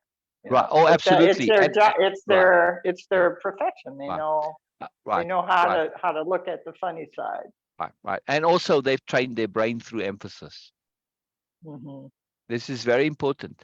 You know, for us, we're training our brains to see implications. We're training our brains to see those abstract conceptualities, right? To see the conceptions. Look at how we pulled now the conceptions of response, reaction, spontaneous, right? Those are conceptions, right? And we're now having this whole discussion on it. Our brains are training ourselves. We've done this, especially, you know, those of us who've been at it for a while, to see things in this way. And through emphasis, you can train your brain in any way. Like when I was reading Shakespeare, right? I didn't read Shakespeare one play at a time. I read the complete works of Shakespeare because, well, I was just doing that at the time, what I was involved in. So I read all of Shakespeare as one book. Of course, it's a lot of reading, right? And by the end of that, I was so saturated with Shakespeare that I could speak Shakespeare in my daily talk, right? If I chose to, because my brain had retrained. Because you got to think that way in order to really enjoy him. Otherwise, you're going to miss most of what he's saying. So you have to get inside that language, right? And then you start speaking that way. It's fantastic. It's fantastic. It's really cool. So this really made me acutely aware of how both emphasis and immersion can change the brain, right? Very powerful. So you can do the same as those comedians. You just have to practice the emphasis. You'll be surprised how quickly it happens. It's amazing. It really is amazing. Yeah, it's fascinating. Yeah.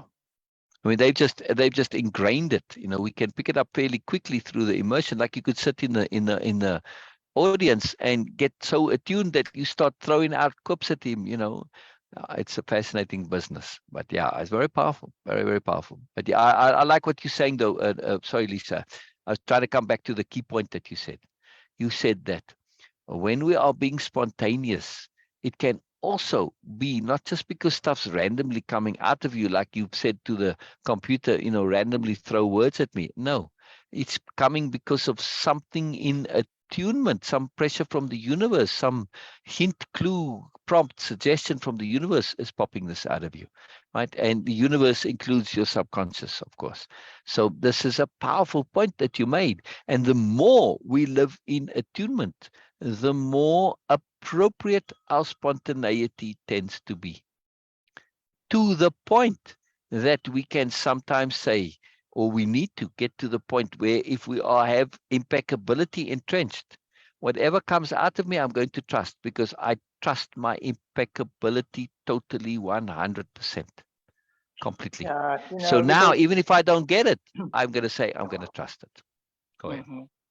Well, sometimes I have trouble with the anticipation, because to me, it's very, very, very tricky, because if you anticipate, because anticipating can also be boxing somebody, or someone might think, that they're just anticipating when really they're like projecting their own stuff onto someone else, thinking it's the thing to do. And that's where that's where anticipation to me, it's also to me, it seems to be not in the now moment. I mean, if you're anticipating, you're thinking ahead, you're not being here. Correct. We have to combine the two. So anticipation is stretching the now. It's taking the now as a bubble of time, and it's just making it a little bit of a bigger bubble of time. It's still now. We're just making the now a bit bigger. Yeah. Okay. Now, you sold me on that one. It's huge. It really is huge, right? Because if your now bubble is too small, you walk into manholes and off cliffs and things like that, right? Well, okay, that's a different type of anticipation. Right, but I'm saying though, that happens to people. They get so in the now that they literally don't see where their next step is taking them, and they get into trouble, right? So I mean, that's literally that happens. But I mean, of course, you know, if you do it in a figurative sense, in terms of your life, that's a bigger problem. But what I wanted to say though is, if you are going to anticipate, anticipation is predicated, like capital T, trust. is predicated on first being impeccable. There's no way to truly practice capital A anticipation the way Biella is doing it, or the new nobility, if you don't already have impeccability in place, because then you are going to fall victim to your assumptions and your expectations, and you are going to color and cloud your anticipation with this other nonsense, this baggage that's coming along, expectations and assumptions. Got to be impeccable first. Have to be. Otherwise, anticipation becomes a mess. Like you said, Lisa, right? Some people they're projecting, they're putting their own assumptions and desires and expectations and boxing as a result. Whenever you have an expectation, you start to box. Whenever you have an assumption, you start to box. So very important. Yeah, very important. Anticipation is advanced nobility. Yes. It's advanced impeccability. Yes. To be more precise. It's a skill. It is a huge skill. And like most of these skills, it's also an art. It's very important to understand that, it's not a hard and fast thing. It's an art. There's subjectivity involved, and you have to be very, very, very cautious of subjectivity. The new nobility are ridiculously cautious of subjectivity. It's something they almost go overboard. Like you say, well, you didn't have to go quite that far. Well, they do, because it can get you into trouble really easily. That's why personal preference they say they don't really have personal preferences. Well, it's one of the reasons, not the only reason. But I wanted to come back to that, actually. That's a very big point and a very important point. Why would the new nobility not really have personal preferences? Bina, let's ask Bina on this one. I'm keen. I want to hear from you too, Lisa, but I want to hear from Bina first. Yes, please say it again.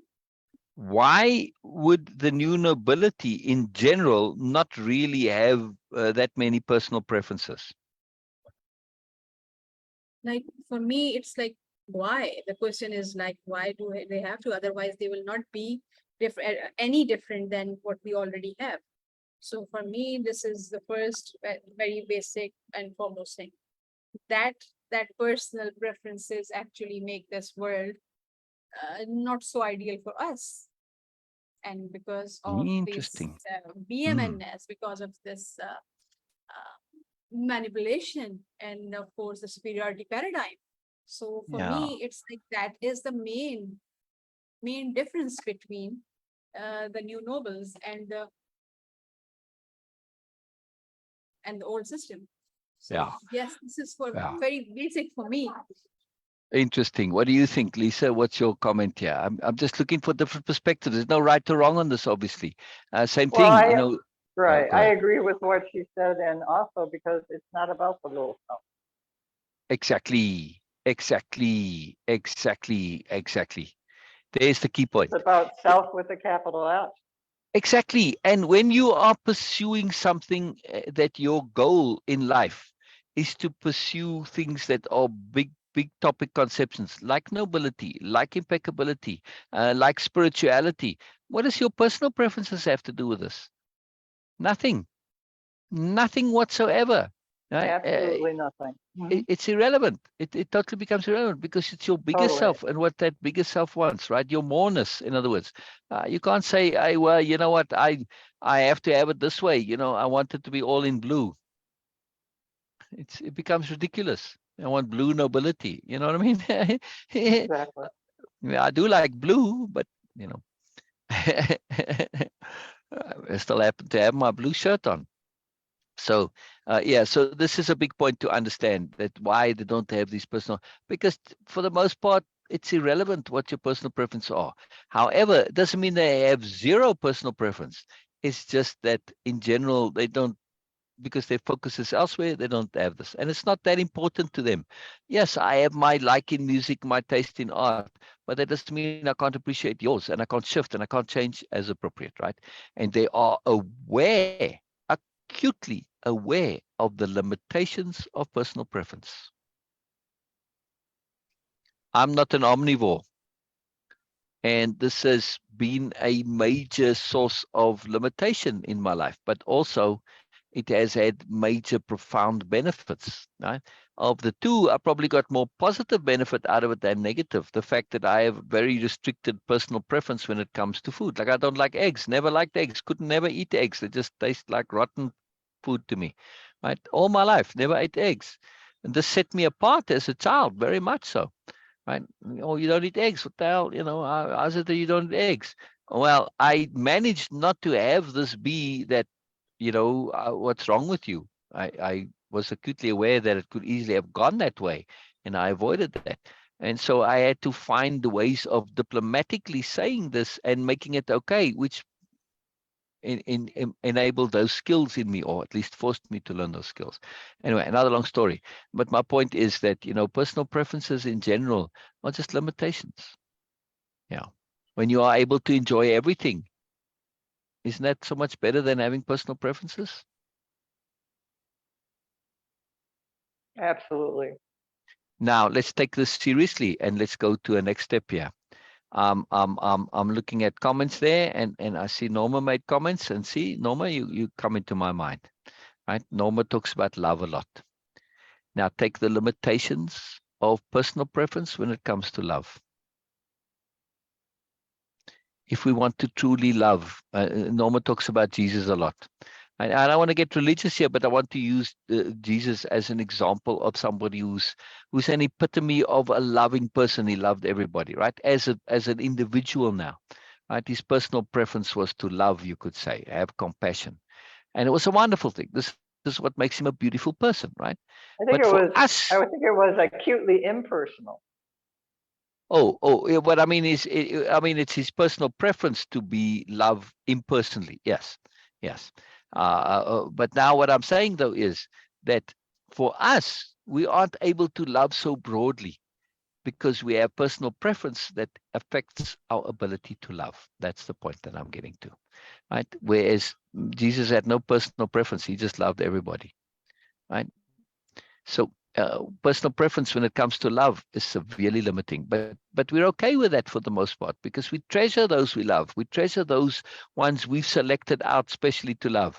We don't want to give that up, right? So it's a conundrum a bit. It's a very powerful point, though. It's a very powerful point. Just something to think about. I'm not saying good, bad, either way. I try never to do that, actually. I just want to raise it as a point to think about, right? How personal preference makes a difference. Did she make a comment? I thought you were She just said true. No. I just know this from knowing Norma. And Norma makes many posts about loves, and Norma chats a lot with me on Messenger. So I know that love is a big deal for Norma. And that's why I wanted to bring it up, just because I saw a name there and it stimulated me to think of love as a topic for where personal preference really makes a difference. And other things like food, okay, it's not that critical, but with love, it is a big deal. And for the new nobility, of course, it's love with awareness. Biella already mentioned that in the very first chapter. She said, when they were looking at the one word, right? And Aki is this hopeless, incurable romantic. She's very young, one of the aspirants, right? And she's very sweet and young, but she's not unsophisticated either. But nonetheless, she's very enamored with love, right? Kind of got that teenager love thing going on. He says, but why would the one concept not be love? What's wrong with love? And Biella says, because it's typically love is not love with awareness. And love without awareness leads to disaster, as we've seen many, many times, right? It really causes lots of problems. So to start off with love as the concept is going to lead you into many, many problems. If you are in a situation where you could go in any direction, you have no idea, right? In general, if the situation's already okay, then love is good, yes, but not in situations. For instance, if you wake up and the culture around you is a warrior culture, you go and you start loving and hugging everybody, well, that might be the end of you. See? So it has to be love with awareness. But still, love is not an appropriate one concept. Of course, in that situation, you're going to have to adapt your love. And the moment you adapt your love, then you're applying appropriateness. This is why appropriateness is the first concept. So, how you apply your love is what makes the issue, right? This is why love with awareness, which is appropriateness. Anyway, I digress a little bit about personal preference. We have to be very, very, very cautious of personal preference. Do not confuse personal preference with what is appropriate in the bigger context. Yes, we tend to do that sometimes. We tend to do that. Yeah. Yeah, we all have our personal, our Yeah. preferences, and maybe digression is one of yours. Oh, absolutely. It is. It is. It is. I love to digress. It is good. Yeah. Because, you know, they all add together. Well, in this case, Lisa, I am entitled to digress because it's a capital R reading and digression is part of it. So this is where I get to indulge my digression. But seriously, I mean, we can digress. Yeah, we can digress. So keep going though. Keep going. Yeah. Live responsibly. Where were we? Yeah. Where were we? Yeah, Okay. especially since they live. Yeah.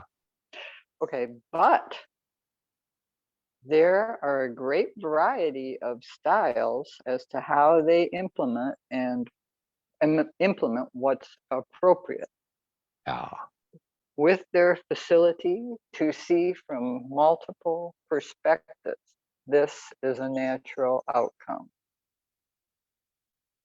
Combining these style choices with viewing every situation from multiple contexts adds an onus on the new nobility to choose wisely. An onus none take lightly. It's sacred to us. To abuse that onus of making good choices is unthinkable. It's why manipulation in the ordinary use of the word is out of the question. All right. So now we come full circle where she's making this point that, you know, when you see things from multiple contexts, and this, again, emphasis changes the brain. You know, in all the things that I do, I never guarantee anything, and I cannot, because it's impossible, right? But if you come to me and you pay me money, I might be able to give you solutions, and I'll say, yes, likely I'll be able to give you some solutions or whatever. I might get you to resolve your thing, whatever it is. But I won't guarantee it. But what I will guarantee is that I can give you variety of perspectives. That I'm happy to guarantee, because I really trained my brain over the years to be able to see things from multiple perspectives. So almost always I can come up with some perspective that most people have never thought of before. But certainly I can come up with multiple, whether even I thought of them or not, doesn't matter. Right? So this is something I can guarantee because of that brain emphasis. And I'm making the point here not to say, oh, it's all about me, but that we can change our brains. And this point of seeing things from multiple angles, multiple perspectives, seeing multiple contexts, it's an incredibly valuable, powerful skill because it extends choice.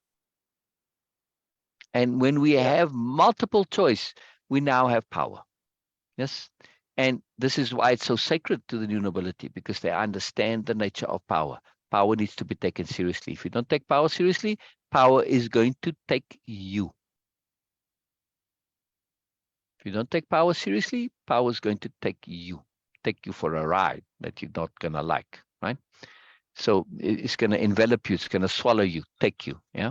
So this is why it's so sacred. And then to make a wise choice, the appropriate choice. This is that ethics again. If you are not choosing responsibly, which is what ethical choice is really, right? It's responsible choice. Then what are you? You're nothing. Self-destructive. Exactly. And you just, you know, I mean, it's like, it's unthinkable. It's so, you can't even express. It's so unthinkable. So what does Ramsey say? From another angle, we love other angles, multiple perspectives again. Personal preferences lead the new nobles to become, yes, Ramsey, yes, exactly. It is all premised on personal preference. You cannot What did he be. say? Oh, I didn't At the finish. end, I'm sorry. to become what? To become what? To become nobles, to become new nobles. Noble. Yeah. Sorry. Yeah, I didn't read the whole sentence. My bad. Sorry. So, but from another angle, personal preferences lead the new nobles to become nobles or to become new nobles. Yes. Because they'll always insist on the new, even in this context, it's appropriate to leave it out. But this is where we understand coexisting contradiction. It is a term in the dictionary of power of the new nobility in general, right? It's one that they will commonly have, even though each will have their own one. Coexisting contradictions happen all the time, and they can. Why? Because it applies in one context and in another context not. But therefore, they can coexist because separate, different contexts coexist in time. Yes. So yes, personal preference, and the entire new nobility is predicated on personal preference. You are here because the pursuit of moreness, the pursuit of nobility, the pursuit of extending yourself, learning, growing, etc. This is your not just a preference, but a predilection, right? It's a deepness. It's almost to the point of need, not just want and desire, right? So yeah, it is absolutely, you have to be here. You can only be here as a point of personal preference. And we're going to see this difference come in between Comelius and Ursula, where Ursula says, I want to be a new noble. And Comelius says, oh, I wish I had the courage to do what you do. He has the preference, but he doesn't have the extra beyond his preference to make the difference. So there's a nuance here, right? So you could say, yes, personal preference led them, but it wasn't all of it, right? There's to be more than personal preference. Very interesting. Very, very interesting. Right. And this point of when you came multiple perspectives and you're looking at things from all angles, now you're making choices. And, you know, when you're making those deliberate choices and you're considering them from all actions and the options, the choices of non-action, etc., you know, manipulation kind of goes out the window. It doesn't become an issue anymore. It's become something else. All right. Please keep going, Lisa. Please keep going. Bina, of course, you know, you're going to jump in at any time if you've got any comments, yes?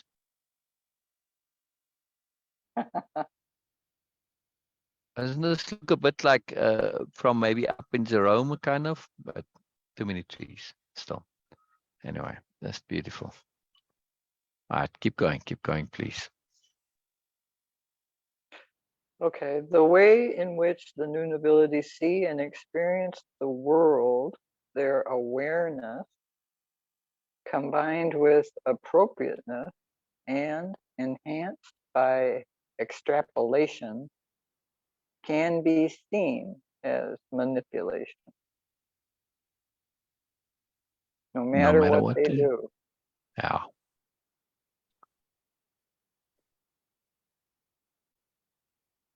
I'm going to reread because okay, go ahead, reread it. Sorry.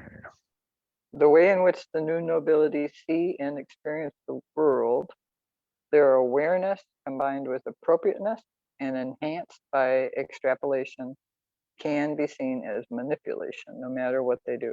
You know what? Yeah, I think I'm experiencing terminology overload. Yes. I was just about to say, likely we're getting to the time where we need to start wrapping things up. It's a little earlier, but we've also been more intense. I have noticed there's a certain amount of energy that's available for this, and then after that it goes. So we're at that point now. So this is very appropriate. So today we'll end a little earlier. And yes, Ramzi, your point on preference is very well taken because it's very contextual.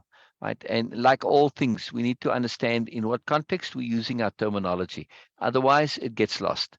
This key understanding about terminology, concepts, that they are contextually connected, contextually associated, we need to understand this. So whenever we encounter a complex term, we need to say, what context?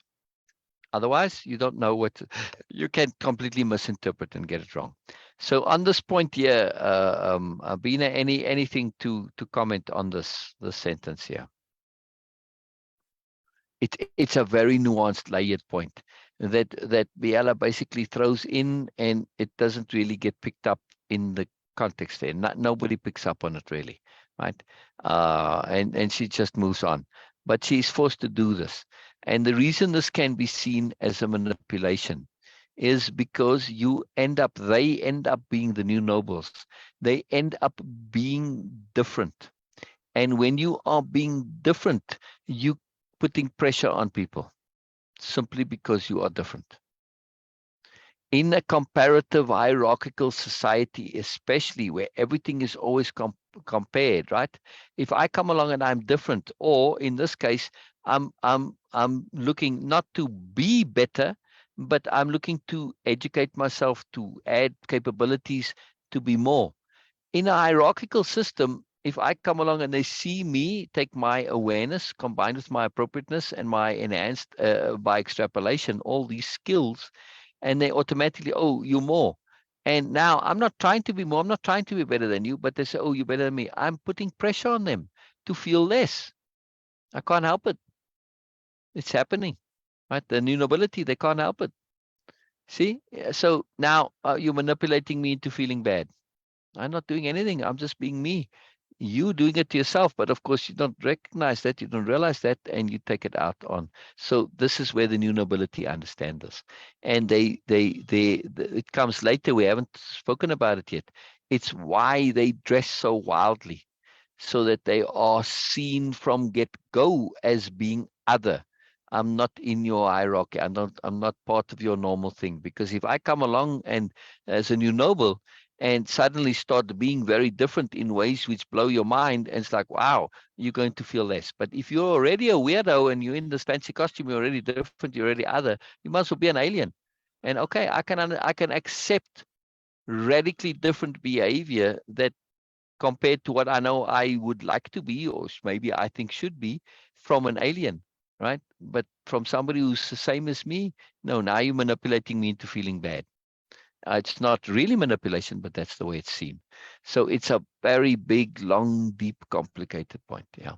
So they see this, when they see this, they're extrapolating where they're at and where their awareness is at, and they look forward to see where it's going and say, oh, okay, I see how you could take this as manipulation. There's much more to this point. It's a very deep and layered point. But yeah, it's a big point. It's a very big point. Very Yeah, to interesting me, point too. since the beginning of the story or this chapter, and Mhm. since the last couple pages where it was talking about anticipation, Yeah. it's almost Yeah. like, I mean, an extrapolation and anticipation they're different, but Correct. they're, Uh, so it's that word, Yeah. it's that Yeah, word that yeah, just right. So extrapolation. we brought up anticipation. It's not actually in the text.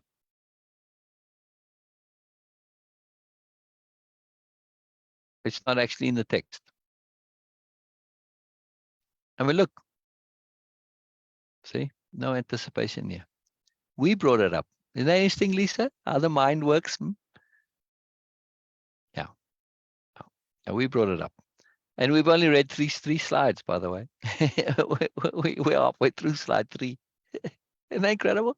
It feels like we've read for ages, right, Lisa? Yeah, my mind's a bit mush. Yeah, isn't that fascinating, though, how our perception is altered? I love this. It's a beautiful thing. So yes, extrapolation and anticipation are intimately linked. In order to do the one, you do in the other, and they both work together. You need to anticipate to extrapolate and vice versa. Yeah. Bina, any comments? And we'll end a bit earlier today. Ramzi, anything more to share? I love your comments always. Norma, I haven't heard much from you. I want to hear more. Sure left, and then Jordan. I want to hear more from you too, Jordan. I want to hear more.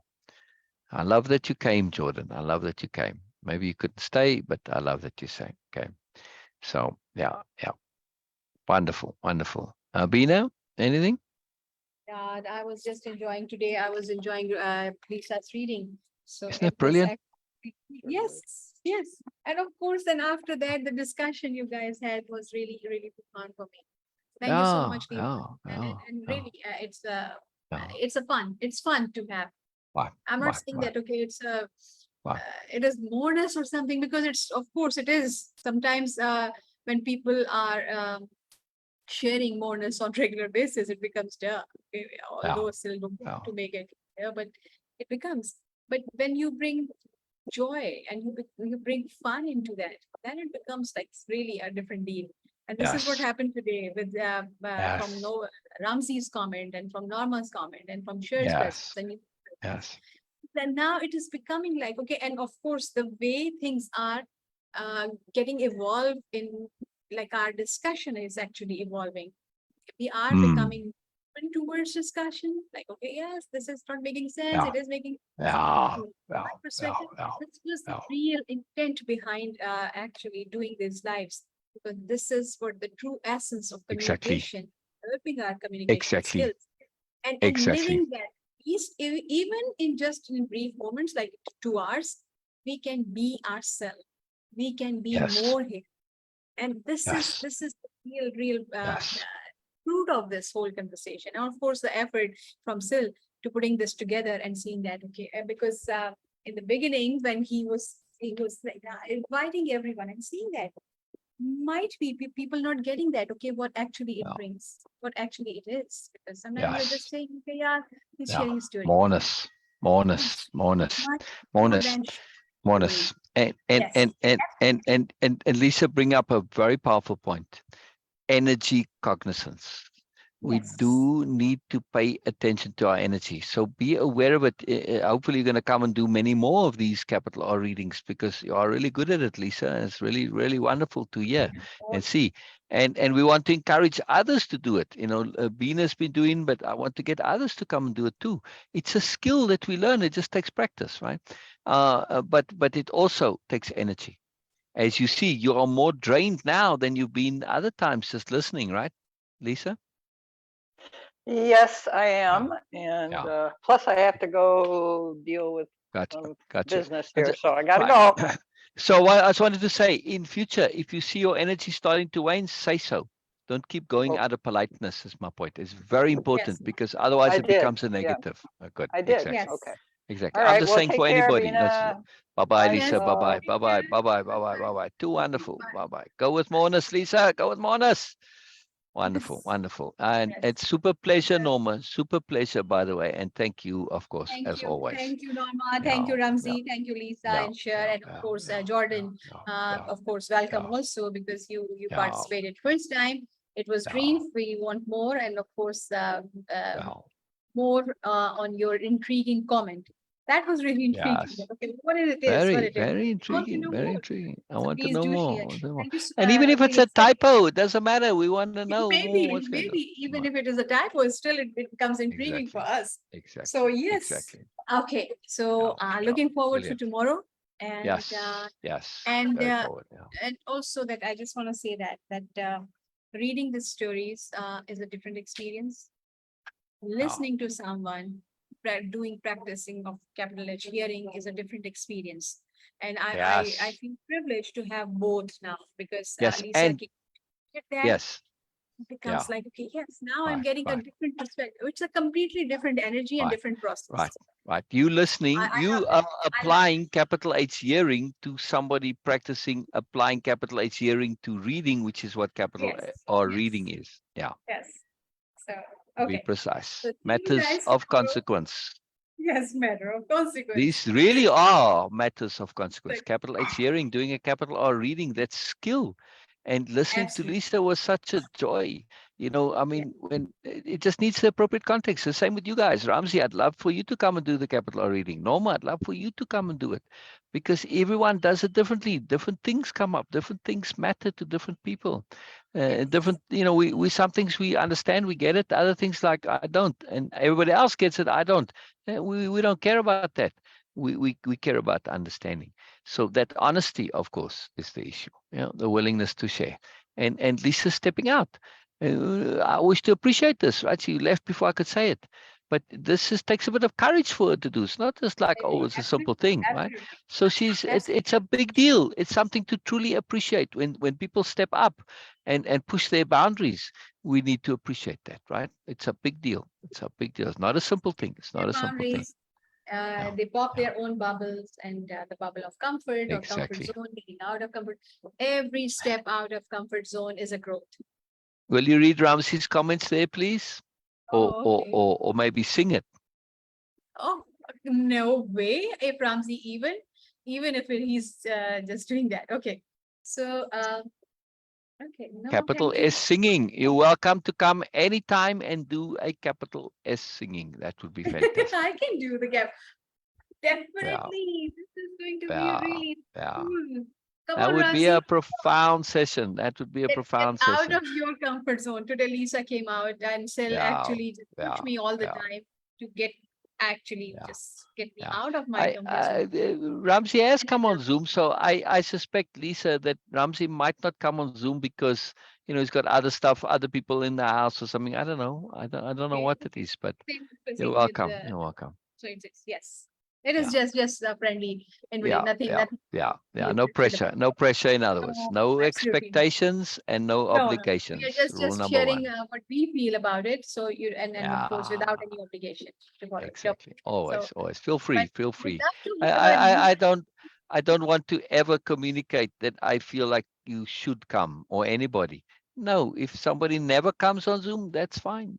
Totally fine. Totally fine. Totally fine. yes. Duo, Bina and me. He wants to sing with you. Oh, very cool. Very cool. Yeah. Notice he doesn't include Sil there because he's heard me sing. Very wise and astute, Ramsey. Strategic decision making in action. Very Okay. good. If you really want to put yourself in an awkward situation, Ramsey, okay, Yeah, come on. yeah, yeah. See, Ramsey says he's Terrible multitasking, and singer. I appreciate that. But terrible So I'm, singer, Ramsey. yeah, yeah. I hope you get a good headset, Ramsey. Then you can be doing stuff. Really, it's all makes all the difference. You can be Ah, listening and working, and then when you need to come and type, you come and type, and then you go again. It's very oh, profound. yeah. It Oh, really yes, makes a yes. big difference. Yeah, But, yeah. Or yes. sometimes I just put the phone in my top pocket. That's why I like shirts with top pockets, you see, because the phone can go in here very nicely and you can have it on speaker and you can listen what's going on. Yeah, yeah. Yes. I have put myself in the worst situations. Very good, Ramsey. Very good. We hear you. We hear you. We hear you. We have much face palming to go with that. Yes, yes, yes. Yeah. Much, much, much. All right. Okay. The joys of living, the joys of Yes, living. Too marvelous. the one of the themes and one of the intent was to Yeah, discuss and experience play and joy, and correct, it correct. comes out really really well. So It's because important. Cher It's was I important. was so loving Cher when she Right. was actually just playing Playing. all those, Exactly. and it brings out so Exactly. much more that Exactly. we can, And of course, we can discuss really mind expanding ideas, and still we yes, can laugh at our own yes, self, and of course laugh yes, at each other yes. and laugh at the world itself. So Right. that was really Now, since we're talking about capital R, capital H hearing, capital R reading, capital S seeing, etc. If you yes, rewatch this replay and you go back to watch Cher play with the airplane, yes, read Cher, yes, see Cher, hear Cher, you'll see when she plays, you see the Cher I see. You see that mourner start to come out, that joy. Cher has a deep, deep joy in her. Incredible joy. It has survived the most horrible efforts to get rid of it, and yet it's still there. It's a profound thing. I mean, it's really a thing. So when you see it there, you can see it in Cher. It's very, very cool. It's very, very cool to see. It's beautiful. It's absolutely beautiful, right? And this is to me what I see in people. I see it in you, Norma. I see that moreness, that joy, that magicalness. I see it. Yeah. I've trained my brain to see it, trained my eyes, trained my ears, everything. And this is why, when you see people's joy, their innerness, their moreness, what do their outsides matter? It's totally irrelevant. Okay. So for me, that's why you're beautiful to me, because I see that magic. Very, very powerful thing. All right. Beautiful Bina. yes, We're going to say goodbye, right? yes. Okay, we will Right. say bye for now.